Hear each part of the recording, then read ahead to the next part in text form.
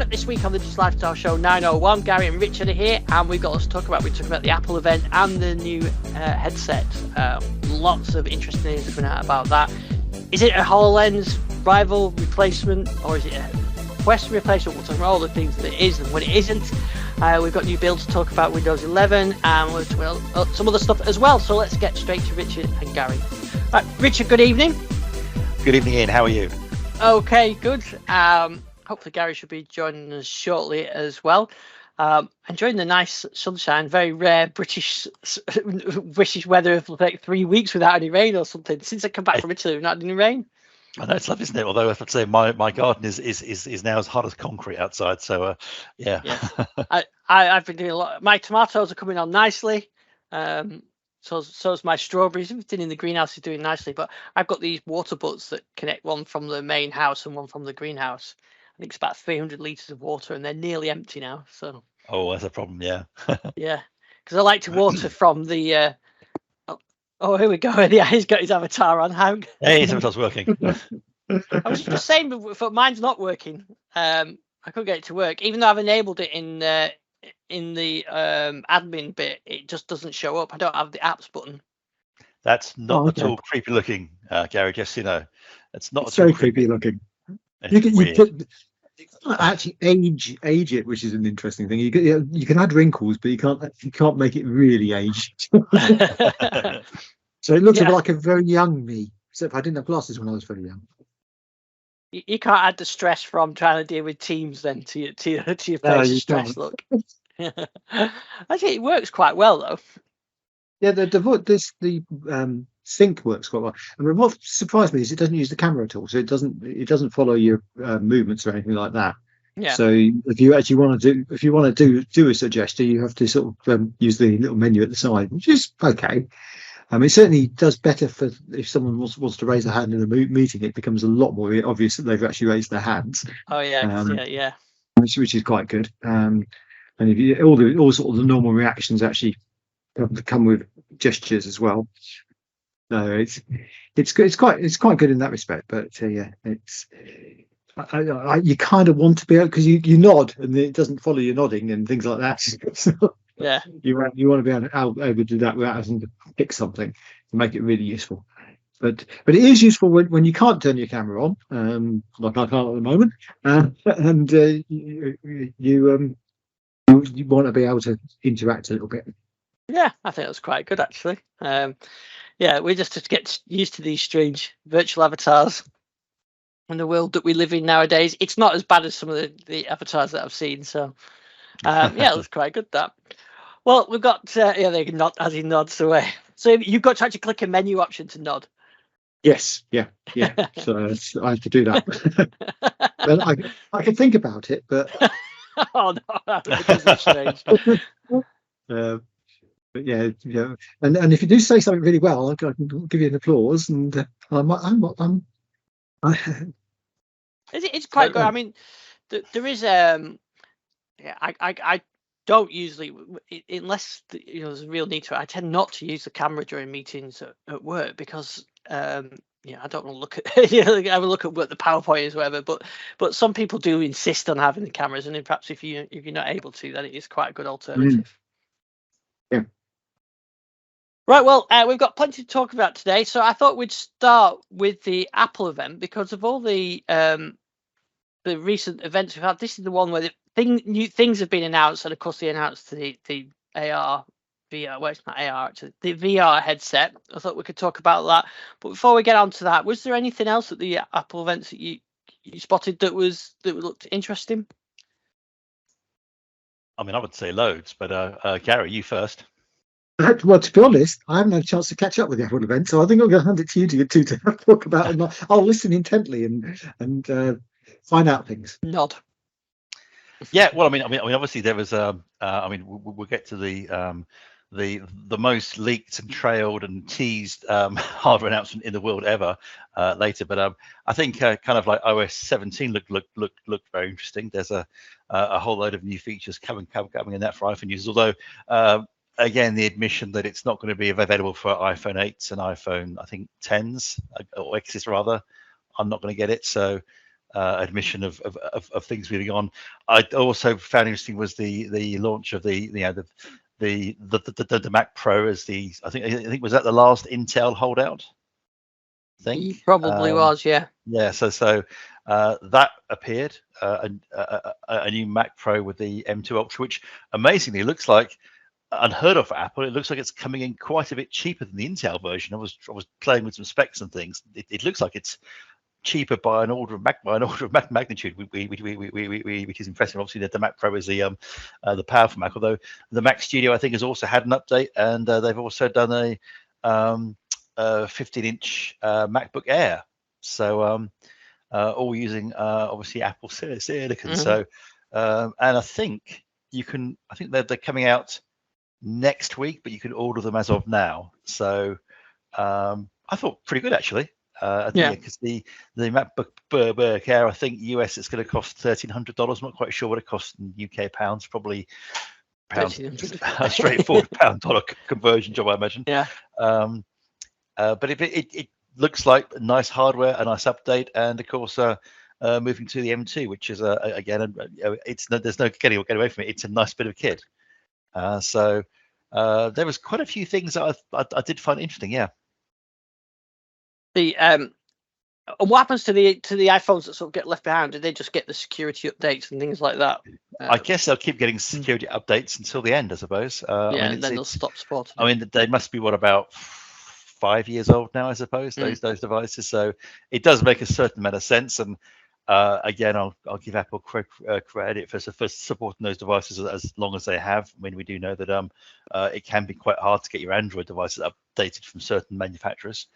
And you can be and you can be waiting forever for updates. I mean, Microsoft Surface Duo to actually see the latest versions of Android would appear. So I mean, there does come a point where I guess if you're Apple, you have to decide to pull the plug. And so I think we're seeing the curtain being pulled on the iPhone 10 or iPhone X and the and the 8, which it's a shame because I know a lot of people bought the 8s because they were quite an inexpensive device to get. But I think the SE fills that niche quite nicely now. But yeah, so that would be one of my big takeaways. But apart from that, I mean, it's nice to see a hardware refresh happening. It's nice to see the MacBook Air. It's nice to see the Apple Silicon appearing in the Mac Pro, and a refresh for the Mac Studio. I'm no massive Apple fan, but I actually found this a very interesting presentation. Certainly when compared to obviously we had the build event, which simply wasn't as much exciting stuff there, Yeah, and we did talk about the Google one as well, which I'd forgotten it even happened. Exactly, which is not a good sign, is it? Yeah. I mean, I'm not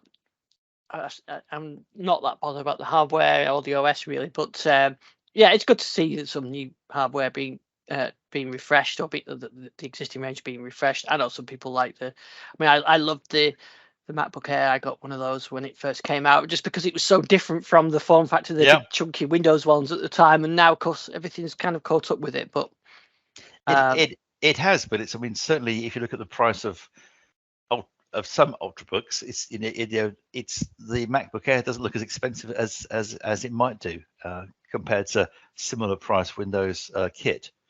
I mean, obviously the MacBook Pro is quite a bit more expensive, but the Air is. If you want similar quality from a Windows machine, you probably are going to be spending similar amounts of money, really. Yeah, I think that's so. Especially if you want a Surface or don't know, the Air is probably close to the Laptop Go or maybe the Surface laptop itself. They're premium devices. Exactly. I mean, I'd say it's probably closer to the Surface itself, to be honest. But it's again, one of the issues with all the Apple laptops, of course, because they are now all running on Apple Silicon.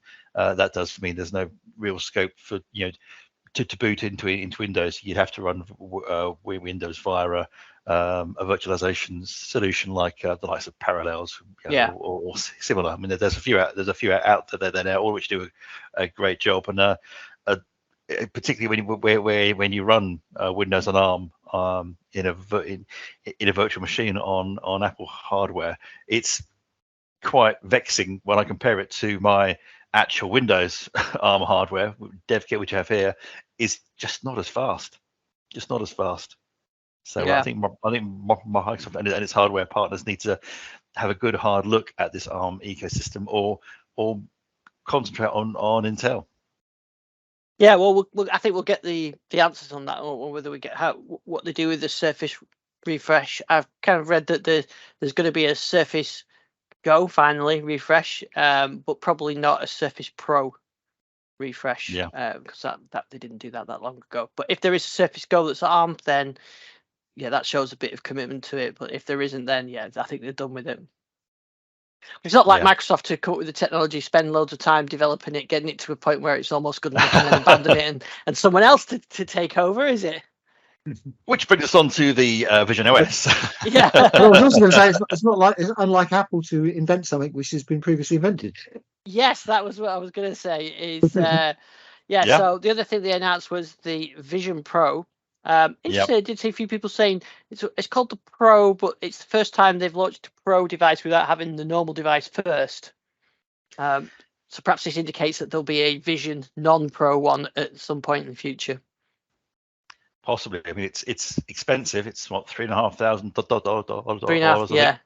Which and it will launch, I think, US only early next year, but they've not given any kind of real time frame for it. So it's, I mean, I guess they wanted to show it off, to kind of quell the rumors and because normally with Apple devices you can normally buy them relatively quickly. But this is kind of a real this is coming in the future thing, because it's it's what, June now, so I'm guessing it'll be at least 9 months before normal people get their hands on it. I've seen some hands-on not reviews, more hands-on experiences, but I think that they were very carefully controlled on Apple's Apple's canvas.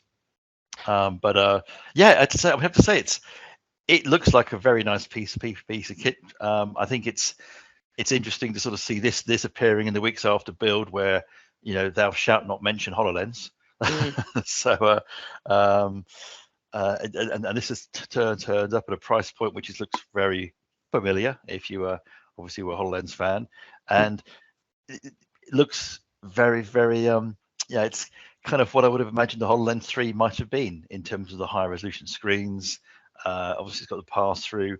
It doesn't look quite so obtrusive. It's it looks like what a pair of ski goggles would you say? Yeah, I think so. Yeah, I mean the important differential is it's not an AR device, is it, like HoloLens? It's an inclusive VR device with a pass-through camera to give you the real world in your view. So I guess more like what the Quest Pro or the Quest 3 as it's been talked about. I mean, the Quest 2 has got some very basic pass-through, but it is very, very basic. But this looks like I saw 23 million pixels being banded around, so I'm guessing that must be about a 4K screen per eye. It is, yeah. I'd say, which is pretty impressive. Although it's only got 2 hours. I mean, someone once said, and I can't remember the name of the person, so my apologies in advance. Someone said about Apple, the genius of the iPhone was persuading people that they didn't need battery life. And certainly with this, you haven't got battery life. It's what I think 2 hours. 2 hours, and it's still got a separate battery pack. So that could be an issue. But then again, I'm sure those who buy it won't really care. No, I mean when I watched the videos of it today, and at first I thought it was a AR headset, and I thought this is what I wanted with the HoloLens, because this is their use case of using 2D apps, which is interesting as well. Is all the demos really, it's only 2D apps, isn't it? So you've got a virtual cinema screen or a virtual Safari browser or a virtual Word, but there isn't the kind of the 3D apps like the demonstrations of HoloLens, or some of the 3D games that you got with HoloLens, like the one with the bugs come through the wall. And I thought it was that real AR. But yeah, when it's VR, that's not quite as good, because there's scenarios they've got where you can you can browse windows and work at the same time. I'd like to see it in person, but it never really worked properly on a VR headset, because you couldn't see the real world. And this is the same. I know you've got a pass-through camera, but that's not going to be I don't know how good that is. I mean, it might be amazing, but I'm not sure. It's just a screen, isn't it? But I was surprised there was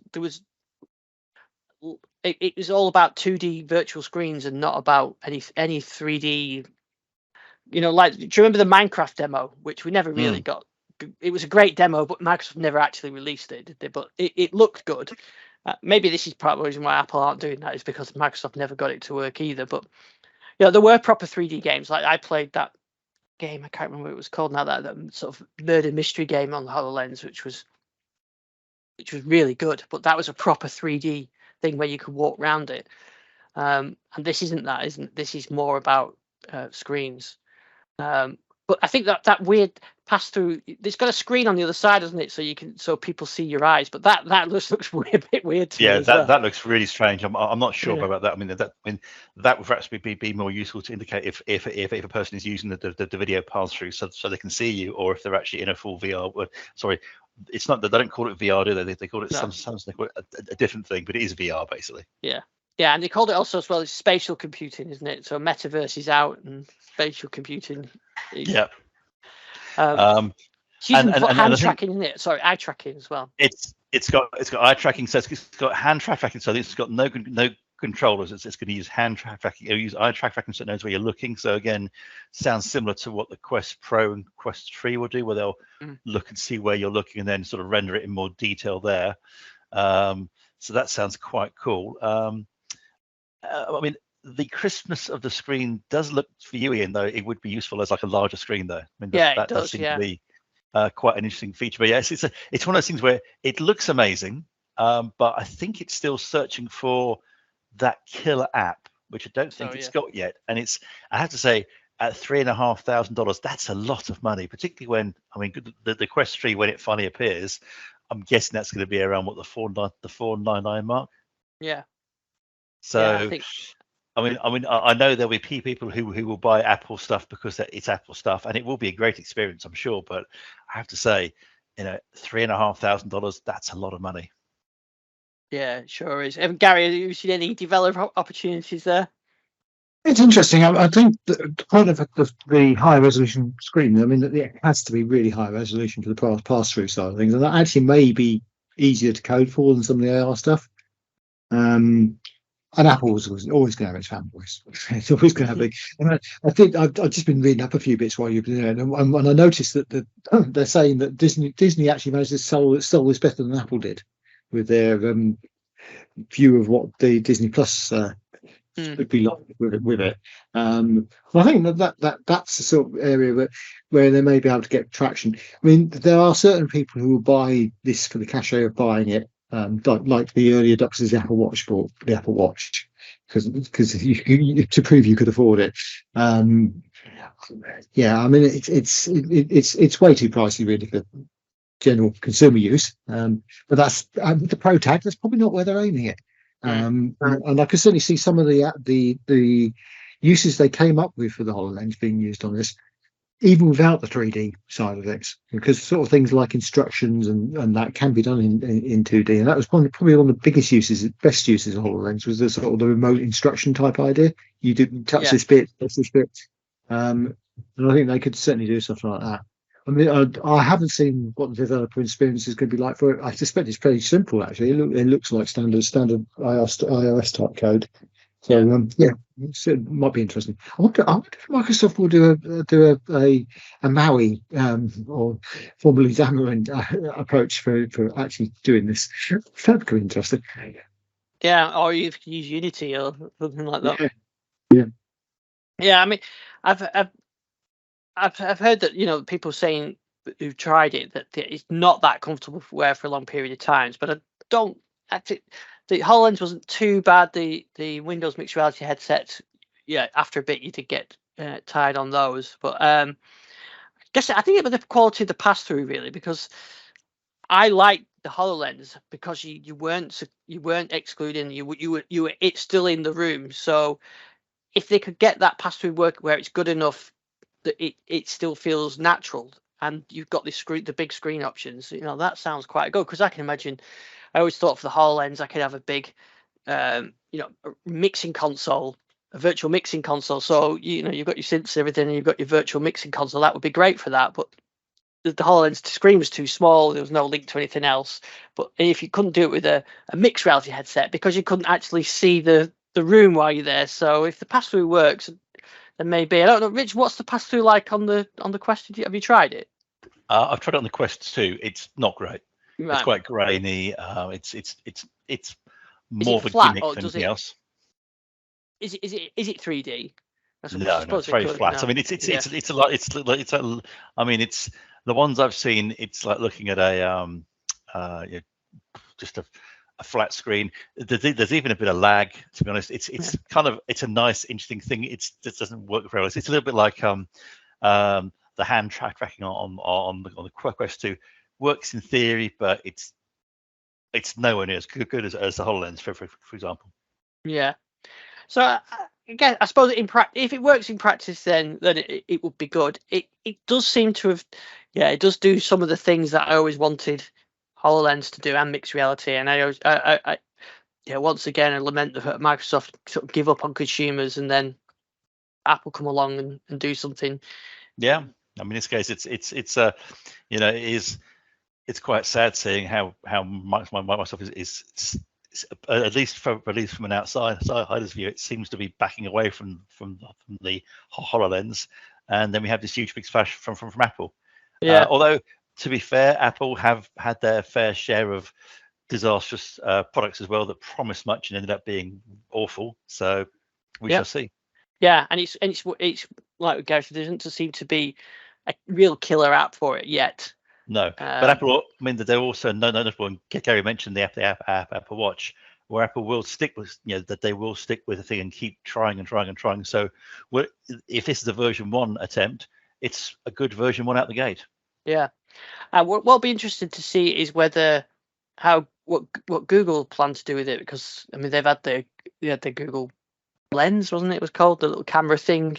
Google Glass. Google Glass, yeah, that's it. Yeah. So they've had goes at this kind of thing in the past, but there isn't a Android equivalent of this. Of course, that's the other thing that, aside from the price, even if it was $599 for maybe a less pro version of it, it still would be no good for me anyway, because I'm not really in the Apple ecosystem. So an Android one version would be better for me. So I wonder whether Google would look at that they'll be coming up with an Android equivalent of this at some point in the future.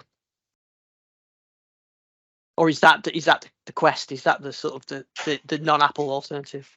It's a very good question. I mean, the Quest 3 certainly is doing a very different thing. That's very much aimed at entertainment and consumers, whereas this looks like it's more aimed at kind of the pros, more of a sort of prosumer level. And I can't get away from that price, if I'm honest. I mean, it's such a lot more than the Quest 3, but they're very different things. And I think if one looks at I mean, there's been no official confirmation of the display resolution, but it looks like much higher quality on the Vision Pro than on the Quest 3, and it's running the M2 chip, which is a fairly chunky bit of silicon compared to the Quest 3, which is running, I think, looking at it, probably it's going to be last year's top end Android phone chips, I think. So again, it's the Quest 3 is based around a mobile phone chip, a slightly older Android mobile phone chipset. The Vision Pro is based around the very latest Apple desktop and laptop chip. So it's very interesting stuff. Yeah, it'll be interesting to see what competitors come up with for it, and I suppose it's got people talking about VR AR again after it's kind of been lost. Everyone's talking about AI. In fact, Apple didn't talk about AI really particularly, did they? No, they didn't. No, they. I think that they mentioned machine learning, which I think they again did the correct thing, because there's all this hoo-ha about AI, and it's like actually it's just one more tool in the toolbox as far as I'm concerned. I mean, I think the most useful thing I've seen out of WWDC for AI was I believe they're going to use it to stop phones auto-correcting things to ducking hell when you meant to say when you meant to type something else, which quite appealed to me really, because sometimes I ducking well want my phone to accept what I type in and not correct it to something else. So I believe they're going to be using it to work out what you mean. Did you really mean to use that word? Oh, you did. Okay, then we'll leave it in place. Which, but again, that's kind of a, I'm just joking there, but that's kind of more of a correct, an appropriate use of assistance, I think. Whereas some companies are basically plastering AI everywhere. I think Apple, sounding like an Apple fanboy here, I'm not really, but I think they've taken the right approach by, it's being used as a tool to deliver other experiences. Did you see the? I don't know the video was shown. I saw the advert of all the scenarios. It's the Apple advert. Actually, they're running those adverts on YouTube now as well, which is I was quite surprised why they're advertising it in the UK on YouTube when it's not even available. But anyway, there's a scene where a woman sat on the sofa with this on, and someone comes to talk to her, and I swear it looks exactly like an episode of the Black Mirror. I have to say, I do find the eyeball thing on the screen that does look really weird. I think Apple may have misjudged that because it looks really odd. But then again, I've seen lots of people using very twee avatars and things, so maybe it's going to be fine. But I must admit, I kind of say just take it off and talk to me, or not. Don't sort of have it on and your eyeballs there because you're watching me through pass through. That's just really weird. Just weird. Strange. Yeah, it did remind me of Black Mirror. Well, it could be, or it could just be, I might just be a bit old, and maybe it's a thing that I just don't understand. Could be. It also reminds me. Three avatars. I know. Did you ever see that Russell T Davies series on BBC called Years and Years? No. That was actually a really good drama, actually. It's about a family in 2018 or something like that, and it goes through to like 2025 or something like that, and how world events have an effect on this family. It's Russell T Davies, so it's British drama with humour, northern humour as well. But one of the things that's developed in future is the use of avatars, and the teenage girl of the family uses avatars, but you see them as real.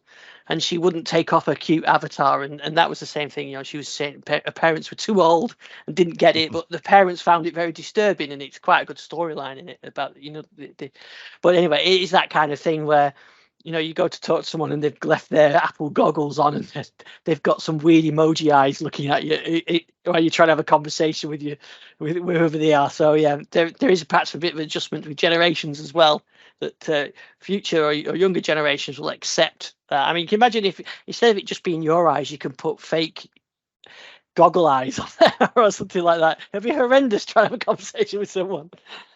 Yeah, or I mean, to be honest, again, at my age, I'm thinking I could have a nap. I'll just look as I'm awake. Be great. Yeah, that'd be quite good. I could take it to work, couldn't I? Yeah, now and look like I'm staring studiously at the screen. Yes, boss. I'm paying complete attention to your presentation. Yeah, actually, that's not a bad idea. That's what Gary's using his virtual avatar for. He's having a little nap now as well. Yeah, he's coded his own.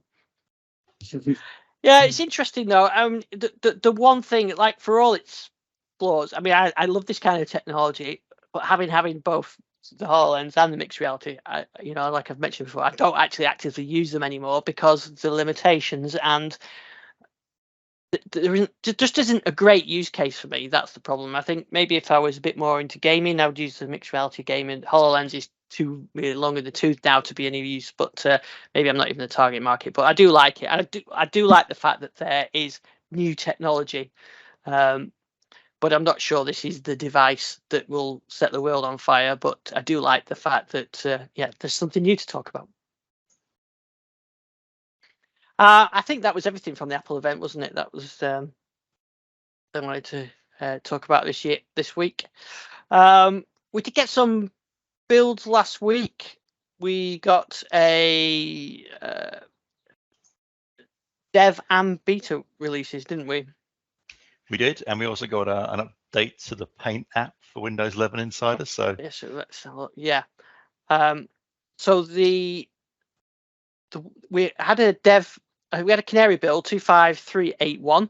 There wasn't very much in that one. It was SMB signing, which is quite a good security thing, isn't it? But yeah, not nothing too much on that you would see. I think on the dev build there was some options. Yeah, there was, because I remember doing the video. So that in the gallery there's an add photos button. In fact, the gallery, if you didn't already have it, you do now have it. So I think I got it a few builds ago. So when you're in File Explorer, you click on gallery and it's effectively your photos. It's the same as the Photos app, that Photos view. So it does make it easier to interact with your photos if you want to do something else other than just view them. Copy and paste them or drag them to another folder or whatever. But there's an add phone photos button on there, which I thought, oh, that's clever. That's going to be quite interesting how that's going to work. But actually, it's not as clever as you think. The button is a QR code to the OneDrive app, and that's all it is really. So if you're using OneDrive already, which I am, then obviously all my photos are there. But I suppose if you're not using OneDrive, it's another way of getting you to use it. Yeah. What else? Yeah, there was a couple of things on the lock screen, some bits in File Explorer, but there wasn't a huge amount of changes. There's quite a few fixes, and a few known issues as well. It does seem that as we mentioned last week, the dev channel is getting all the UI features.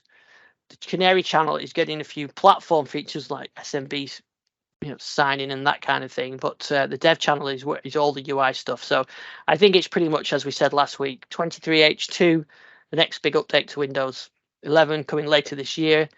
That's what we're testing in the dev channel. That'll make its way to the beta channel soon, over the next few months, and then that will get released. The Canary channel, what that's used for is probably for the next big platform upgrade to Windows 11, which could be another OS, could be Windows 12. It could just be Windows 11 24 H1 or H2 or whatever they decide to do it. But that it does seem where they're splitting it. So UI changes are in the dev channel. Interestingly, though, looking at the view counts on the YouTube videos, I get more views of Canary builds than I do of dev channel builds, even though the dev channel builds have probably got more to see. So I don't know if that means there's less people posting Canary videos or more people are interested in Canary videos than. I'm not sure the reason for that, but I can certainly see the views are increased, even though there's less things to talk about on the videos. Oh, and we also got a beta update, but there was only just that WPA3 support for instant hotspot. So all very quiet. Yeah. And I think that's part of the thing. I thought, as much as I was sort of, the Apple event was like, oh, it's not for me, but it was nice to have something new, and this is coming out soon, and we'll be able to potentially do this with it, and it's a new thing. Yeah, you can't have it yet, but it's just nice to have something new to talk about. Whereas I think on the Windows front, it's very much core. Maybe Gary's more excited by it for the core developer features, but the end user consumer features, it's a little bit quiet at the moment. Yeah, I mean, I'd agree. It's very, very quiet. I mean, the only, in fact, it seems that the only news from is really negative, really, as far as Windows is concerned.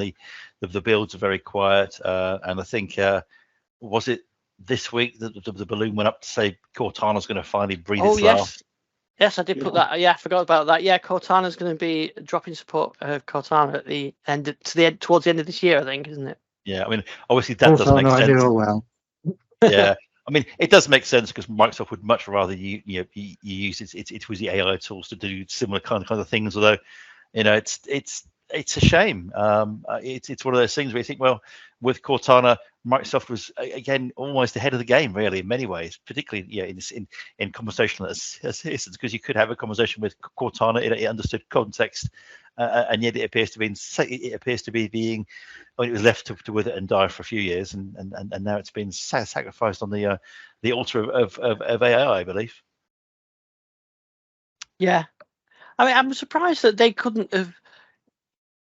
Why didn't why wouldn't Cortana have been kept around to be the voice and the interface to AI? I don't know. I mean, it's going to hang around. I think is it Teams? It will still be around in Teams and things and Outlook Mobile. But yes, I mean, it would seem to make perfect sense to use Cortana in that regard. But they in Windows they'd much rather use voice access in Windows 11 instead. So Yeah. and of course, Bing has got loads of AI branding over it now. They're very excited about AI and Microsoft 365 Copilot, all these things. Windows Copilot, which is going to come out. It's going to head to preview, I think, this month. So those are all the things that the Microsoft's nudging users to. The problem is, I mean, we've been doing this for a while now, and you kind of wish they'd stick with the thing. It's Cortana. It worked well, and there were things before Cortana that worked well, and now AI is a new thing in Microsoft, and I know they've made huge investment in AI, but I'd start to get suspicious that will they get bored of this and then move on to the next big, sexy, exciting, shiny thing? It's a bit worrying for me really to see them moving around as they are. I mean, they better be refocusing purely on AI, or whether they're the open AI investment, which they've again spent a lot of money on. But I worry that as we look to see what happened to Cortana, which was trailed as the next big thing really not that long ago, now quietly being put out to pasture. Yeah, and it's just leaving the consumers behind, isn't it? Because Cortana was kind of consumer friendly, whereas Copilot and these other things, they feel more enterprisey. I mean, clearly Microsoft is. If I was a cynic, I'd say they've kind of abandoned the consumer market and left that really to the likes of Apple and Samsung said, there you go. We know our cash cow is Office or Microsoft Office or whatever they're calling it today, and Azure and cloud computing. And we'll still have the OS, which or at least a portion of the OS market which you'll use to get access to our services. But that's really where our money is. And the consumer, I mean, we've got the Xbox, I guess, but that's not quite the same as Windows now. So it's I think you're right. They are kind of leaving the consumer behind, and Cortana being phased out is one more example of that. Yep. Yeah, it just feels a shame. We're depressed, aren't we? Here. The reason that I'm a little bit depressed by the whole thing is I was looking forward to Build, and it was a bit. It was okay. And then we've had the Apple event, and I have to say, it was an exciting event. I mean, there's a lot of memes and dunking happening on the Vision Pro, but it's good to see a company taking a big swing. And even if the Vision Pro fails, and I think there's a good chance we won't see it in its current incarnation. And I'm sure that once people start to use it in the real world, they'll realize that it makes for a great demo. Maybe less good in the real world, who knows?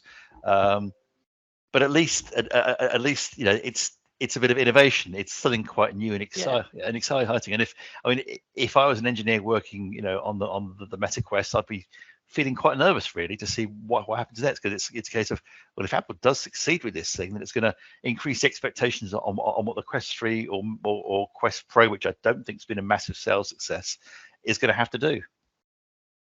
Yeah, and that's what I was saying about Google's reaction, because if, let's say, it does do well and there's a consumer version that does well, then that is going to push people towards the Apple ecosystem and away from Android. So Google can't really afford that. Or Samsung, maybe, they don't want to lose out. There should be a Samsung branded VR headset or something that, we've seen Samsung copy Apple with things like dropping headphone ports and things like that. So why not? I mean, Samsung did do an excellent VR headset back in the day, didn't they? Again, I don't want to say they backed the wrong horse, but they obviously went very heavily in with Microsoft, and look what happened. Yeah, exactly. So maybe they should be going down the Android route, using One UI, their front end for Android. Yeah, definitely. Yeah, that would be nice to see. We want to get new stuff. We are guilty of that, but it's nice to have new things to talk about and new platforms to look at and things like that. So that's why we got excited with HoloLens and mixed reality. That's what I did anyway.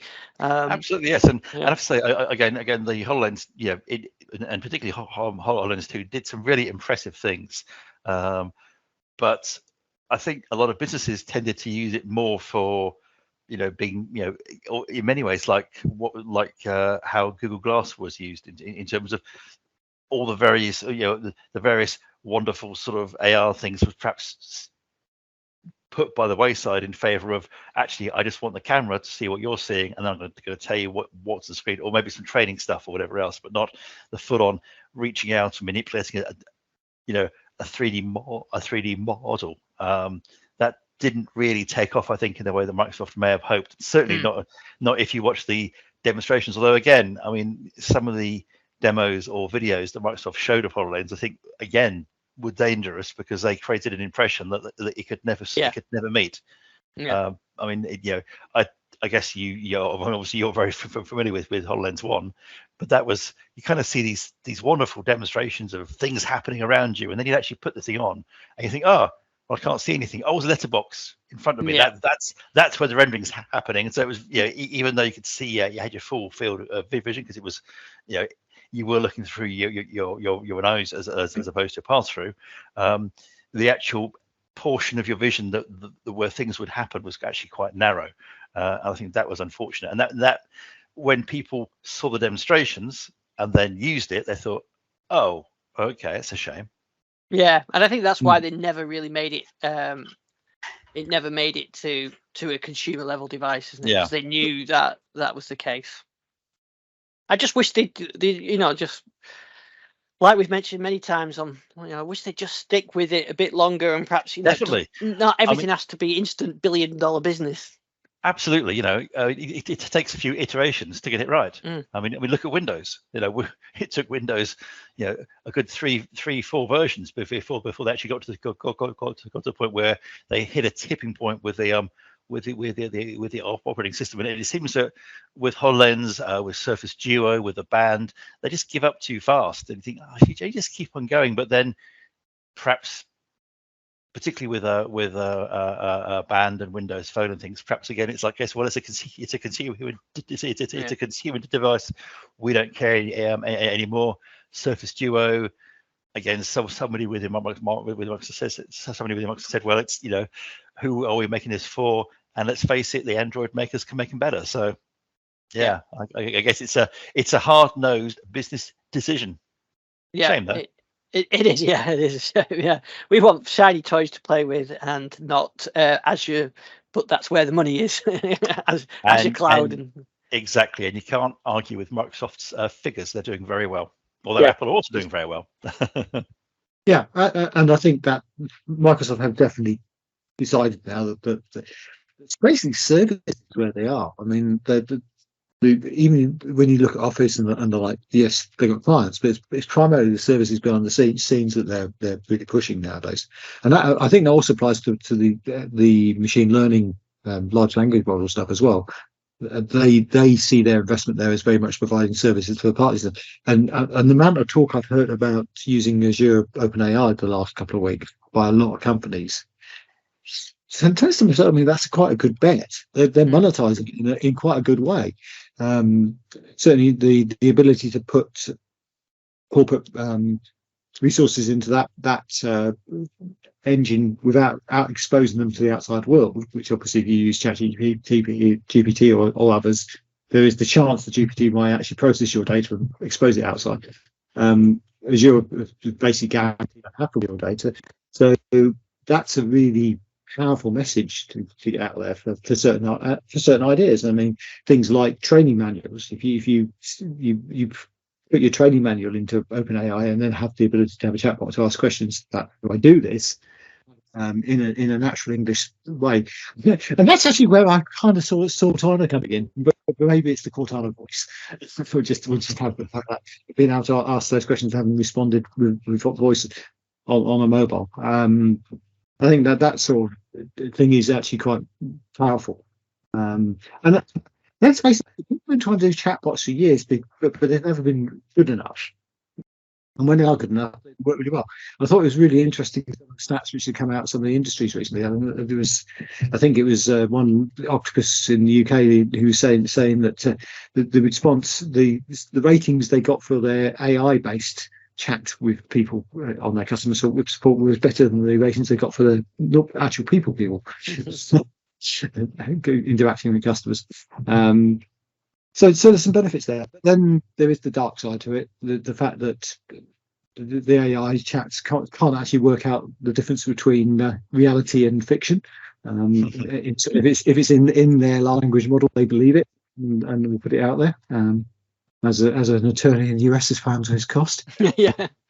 Yeah, so I think there's a lot of risk there as well, but I certainly see where Microsoft are going with that as being a very powerful piece of technology, which again sells their services and sells their back end and makes more use of Azure and charges more money on Azure time and units. And yeah, and that's, I mean, the companies I talk to these days, they're spending a lot of money on Azure these days, probably more than they ever did on their on-premises stuff. But yeah, services. Yeah, I think you're right. I think that's where it's just, it's not how we want consumer shiny things, and that's not where the money is. Yeah, for Microsoft. I was actually having a chat with someone the other day who said how long is Windows for this world? Is it do Microsoft actually need Windows anymore? Yeah, interesting. I suppose most corporate desktops run Windows, don't they? It's they do, but how much time do people on corporate desktops spend outside Teams and Edge nowadays? Yeah, I mean, I certainly wouldn't like to get rid of it.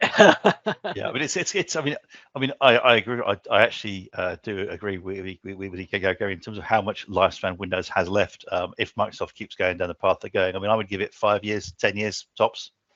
Because really, all an enterprise customer wants is a way, or Microsoft wants is a way to get those end enterprises using their services. And at the moment, it's a case of the web versions of Office. They're good, but they're not as good as having a native one. And there is, of course, that one weird app that lots of customers have, but they're disappearing. So yes, I mean, I think Windows on the current trajectory won't be required by Microsoft much longer, which is a sobering thought. Yeah. I mean, I suppose I can envisage some sort of browser-based, lightweight OS startup that logs you into your cloud infrastructure, which is what they're doing, isn't it, with Windows 365 anyway? But it's that kind of, maybe that's what it is. Maybe that will be the year of the Linux desktop. Well, I mean, it could be. I mean, Microsoft does have their own version of Linux, so easily you could easily see them changing, to a more lightweight kernel. Or again, I mean, one looks at the Apple hardware. And, a lot of companies are buying Apple hardware devices. They're getting easier to manage, and it's still not, I think, as good as it is or as easy as it is to manage a fleet of Windows devices for legacy admins. But you can certainly see Microsoft doesn't really care what you use to access it, as long as you're paying for the service. And as you say, Azure is making a lot of money. It's although it's a slightly dangerous game, because I've heard the first rumblings in last year of people starting to look at how much they are spending on cloud and thinking, well, how much did we spend on-prem stuff? And it's the numbers aren't as convincing as they used to be, because obviously when you buy a cloud service, it means you haven't got to invest in the infrastructure, which is great. But if the prices keep ramping up the way they have been recently, that could cause some corporates to give pause for thought. But then again, we're not talking about corporates. We're talking about the consumers, who Microsoft doesn't want to talk about unless it's Xbox based. Yeah, and I suppose there's still the consumer laptop user. As before lockdowns and things like that, there was talk of the post PC era, but we're definitely in a PC era now. So people still want to use Windows on laptops. There isn't really. I've seen the Chromebooks, and they're okay, and an iPad has its use cases, but it's no. I mean, an iPad is no good. It's at the end of the day, even the iPad Pro, I'd say, is a consumption device. It's. I mean, I've tried using an iPad in anger as a creation device, and you do end up just craving that richer user interface of Mac OS or Windows 11. I think it just doesn't quite do it yet, but it's getting there. Chrome again. Do you think Google going to keep supporting Chrome OS? yeah, you kind of wonder. Although they still supported it, but it's still yeah, you do wonder whether how long that and Android can keep going at the same time. Exactly. Yeah.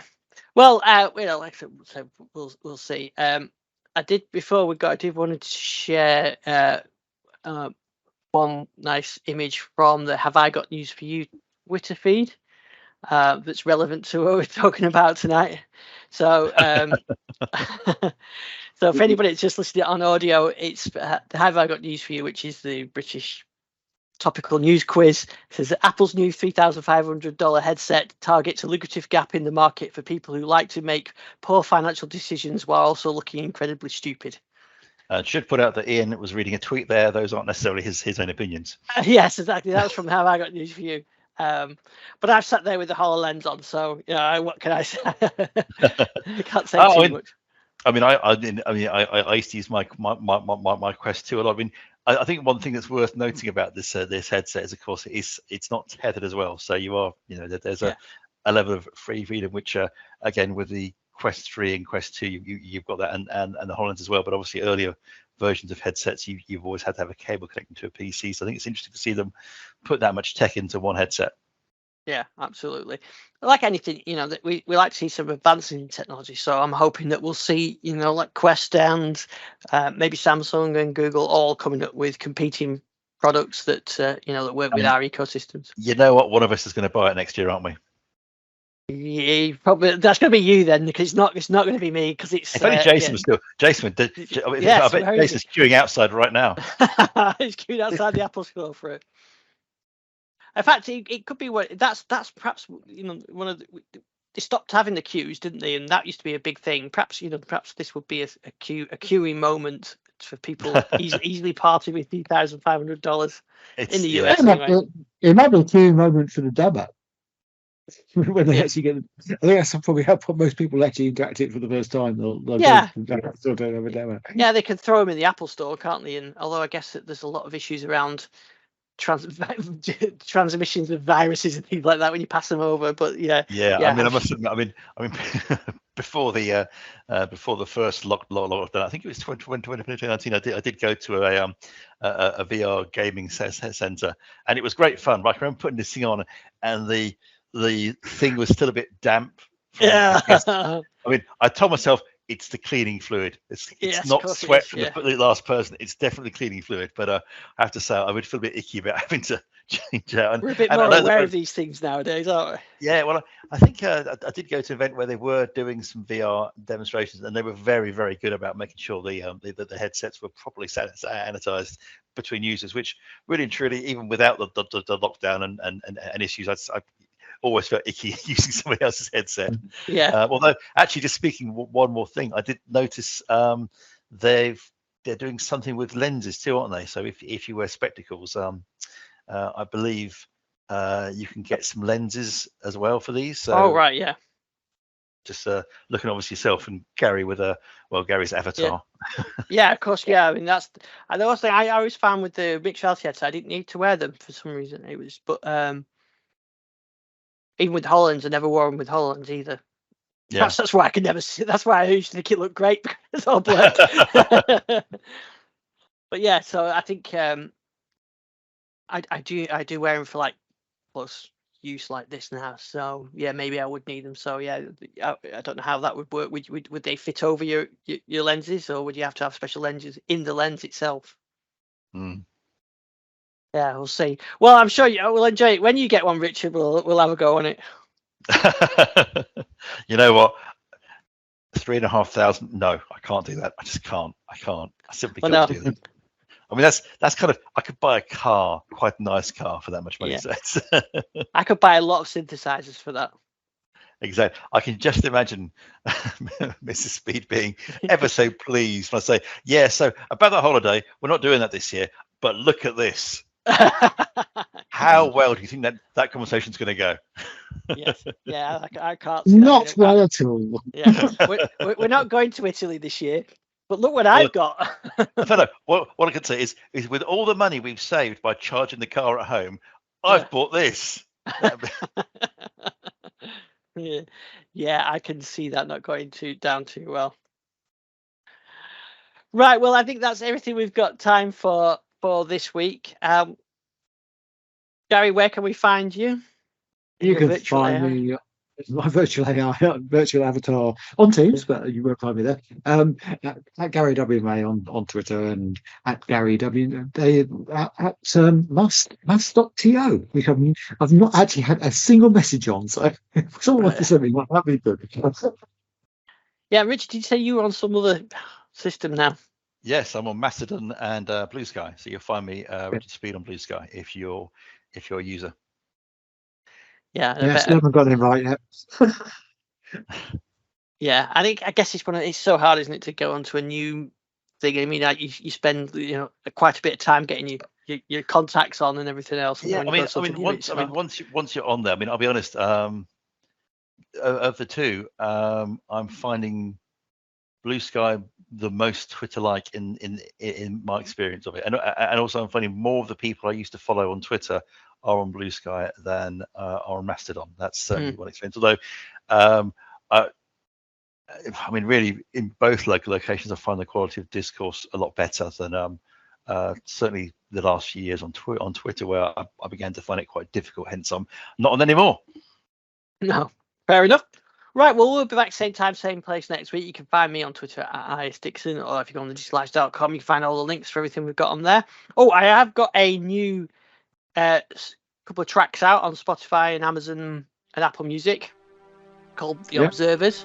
Been listening. Very good. Bit more 70s style ones. I think that I got I'm these. Still waiting for my Sega classics. Yes, still waiting on that one. I haven't started on those yet, but so soon.